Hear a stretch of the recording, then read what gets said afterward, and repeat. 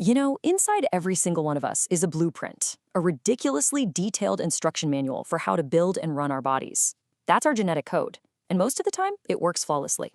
But sometimes there are errors in the text. It could be a single typo, or it could be a whole missing chapter. So let's dive in and take a journey into the genetic basis of disease.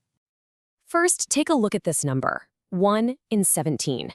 What do you think that represents? It's a pretty startling statistic, and it's probably a lot closer to home than you might think.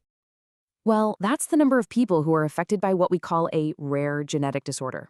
Now, here's the thing. While any single one of these conditions might be uncommon, there are literally thousands of them. And when you add them all up, they're not rare at all. This means genetics is a story that touches all of us, our families, and our friends. And it's not just about those rare conditions. This quote, I think, really nails it. Genetics plays a role in all diseases. So whether we're talking about heart disease or diabetes or even cancer, our genes are always part of the picture. They're the very foundation our health is built on. So let's zoom way in, right inside one of your cells. If you were to take all the DNA in there and stretch it out, end to end, it would be about 2 meters long. I mean, that is a staggering amount of information, and it would look something like this jumbled mess of threads. But of course, our bodies are way too clever for that. All that DNA is packaged up beautifully into 46 little structures we call chromosomes. The best way to think about it is like this. Your genome is a 46-chapter instruction manual, and we're going to take a tour through this manual, starting with the biggest possible errors, like whole chapters going missing, and zoom all the way down to the tiniest little typos. All right, let's start at that highest level, the chromosomes themselves. What happens when an entire chapter of our genetic book is missing? Or what if there's an extra copy? So how does that even happen? It all comes down to a really critical process that happens when our bodies create sperm and egg cells. And even though there's an amazing quality control system, sometimes mistakes are made. So first, let's look at how it's supposed to work. You start with a parent cell that has the full set of 46 chromosomes. It then goes through a couple of crucial divisions. And the whole point of this beautiful, precise biological dance is to end up with 4 new cells, sperm or eggs, that each have exactly half the information, 23 chromosomes. Perfect. But sometimes that dance gets a little out of step. The chromosomes just fail to separate properly. We call this non-disjunction. If the mistake happens in that first division, like you see on the left, all 4 of the final cells have the wrong number of chromosomes. If it happens in the second division, on the right, half are normal, but half are still wrong. Either way, you end up with sperm or egg cells carrying 1 too many or 1 too few chromosomes. And this isn't just some abstract concept in a biology textbook. This leads to very real and often well-known conditions. For example, having an extra copy of chromosome 21, what we call trisomy 21, results in Down syndrome. Or having an extra X chromosome if you're male leads to Klinefelter syndrome. This table just gives you a little snapshot of how a simple counting error at the chromosome level can have a profound impact. And it's not always about gaining or losing a whole chapter. Sometimes a piece of one chapter can break off and get stuck onto another. It's called a translocation.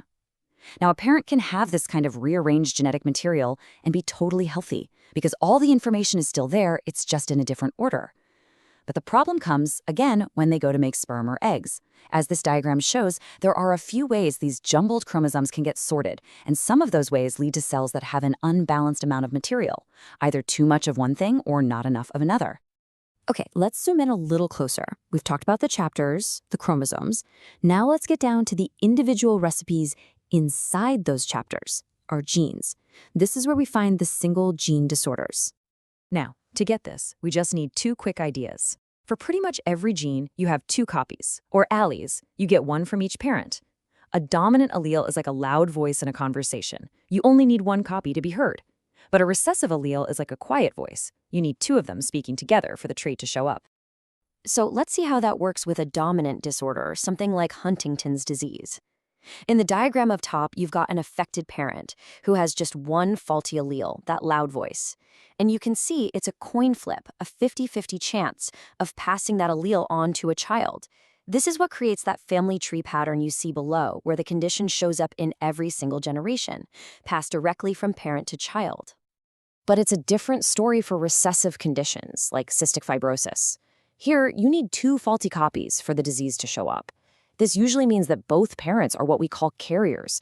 They're perfectly healthy, but they each carry one of those quiet voice faulty alleles. And as the diagram shows, that means there's a 1 in 4 chance a child will inherit both faulty copies. It's why these conditions often seem to pop up out of nowhere, skipping generations in a family tree.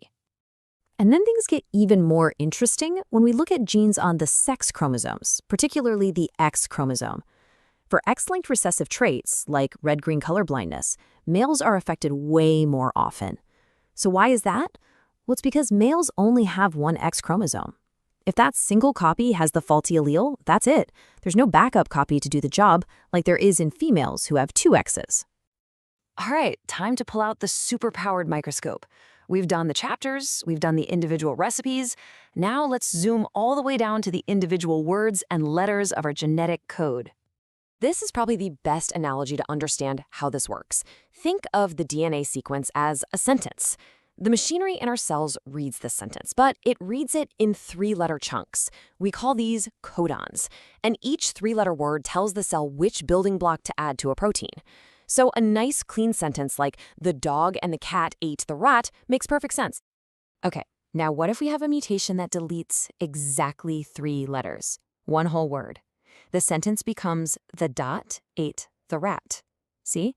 The rest of the sentence still makes sense. It's changed, for sure. The resulting protein will be missing one piece, but it might still be able to do its job, at least partially. But, and this is the really critical part, look what happens if you delete just one single letter. Because the cell still reads in groups of 3, the entire reading frame gets shifted over by 1. And the result? Complete and utter nonsense. Every single word after that one tiny deletion is scrambled. This is called a frameshift mutation, and it almost always leads to a protein that is totally non-functional. It's a tiny error with absolutely catastrophic consequences. So just when you think you've got the basic rules down, dominant, recessive, frame shifts, genetics comes along and throws a few curveballs at you. The patterns we've talked about are the foundation, but there are some really fascinating exceptions that make things even more complex. For starters, did you know that the little power plants inside our cells, the mitochondria, have their own separate DNA? And here's the crazy part. You only get your mitochondria from your mother. Your dads are not passed on. This creates a really unique inheritance pattern. If you look at the family tree on the right, you can see if the mother has a mitochondrial disorder, all of her children get it. But if the father has it, none of his children do. And finally, there's one of the most mind-bending ideas in all of genetics, genomic imprinting. It turns out that for a handful of genes, it actually matters which parent you inherited it from. The body puts these little chemical tags on the DNA to remember if it came from mom or dad, and then it silences one of the copies. So if you look here at chromosome 15, the paternal copy has one set of genes turned on, while the maternal copy has a different set turned on.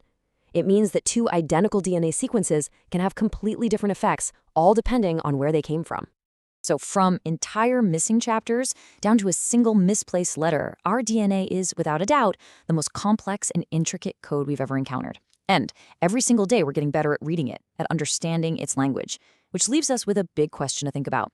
As our fluency in the language of life continues to grow, what are the most important questions we should be asking ourselves about how we use that incredible knowledge?